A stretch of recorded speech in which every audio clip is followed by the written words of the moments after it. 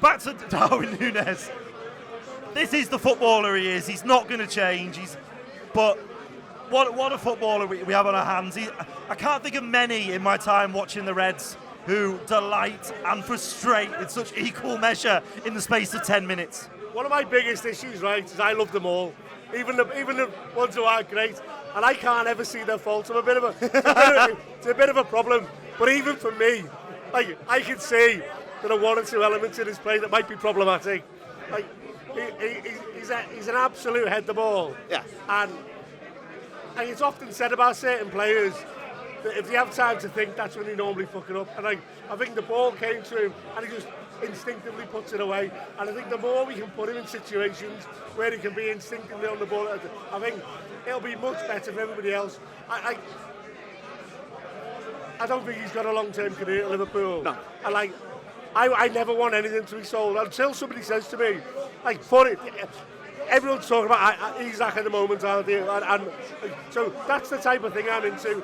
Oh, we're going to have to let him go, but we're going to get Isaac in return. I don't like people who just want to sell our players for the sake of selling our players, because we haven't got another player like him. Like, he's very, very different from what we've got. And I think until there is a trade, if you like, or the promise of something better, I wouldn't sell any of them. But like Cutler said to me at half-time, I never want to see another minute play the rational man, the most rational man in the world. But people were saying that after the Villa game, and then we saw an example of great centre-forward play from him in Paris, you know, where he's won the ball, muscled out Marquinhos, and then played a lovely ball into the path of Elliott for a winner. And then today, there's moments where you see classic centre-forward play. There's one flick on to Salah. There's a flick on Salah. There's Mo just controls coming it. short, and he just lays the ball off, and he moves the ball well. Like, part of the obvious bit where he probably should have been sent off, and could quite easily be sent off, which obviously comes.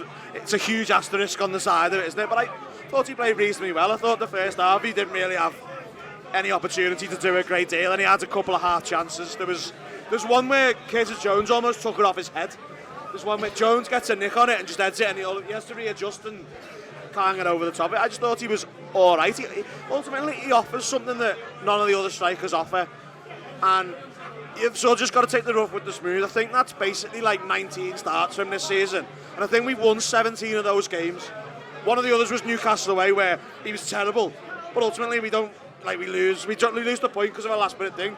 I get a lot of the negative comments about him, but the way people talk about him like he's some massive hindrance, the results in the games he's starting in, I'm not really correlating with that. And all right, you can say get someone better, and I'm absolutely fine with that, but he's being talked about in a little bit over the top in terms of what he's. Yeah, I agree. He's bringing things to the table. Is one of my points is. And he can win a lot of matches for Liverpool. Yeah. I know Neil talks a lot about like number 9 for the Liverpool in the slot Liverpool team is the hardest job in show business. Like, peak Ian Rush would struggle in this team because we're not asking him to be a doesn't number have enough 9. chances. We're not asking him to be a number 9. We're not feeding him in the way that he's doing it. He's occupying defenders and he's being a pain in the arse and creating space for Mohamed Salah to have a go and for Diaz to have a go on the other side. It's not a traditional number 9 job, so it's really, really difficult to be too hard on him for not doing number 9 things.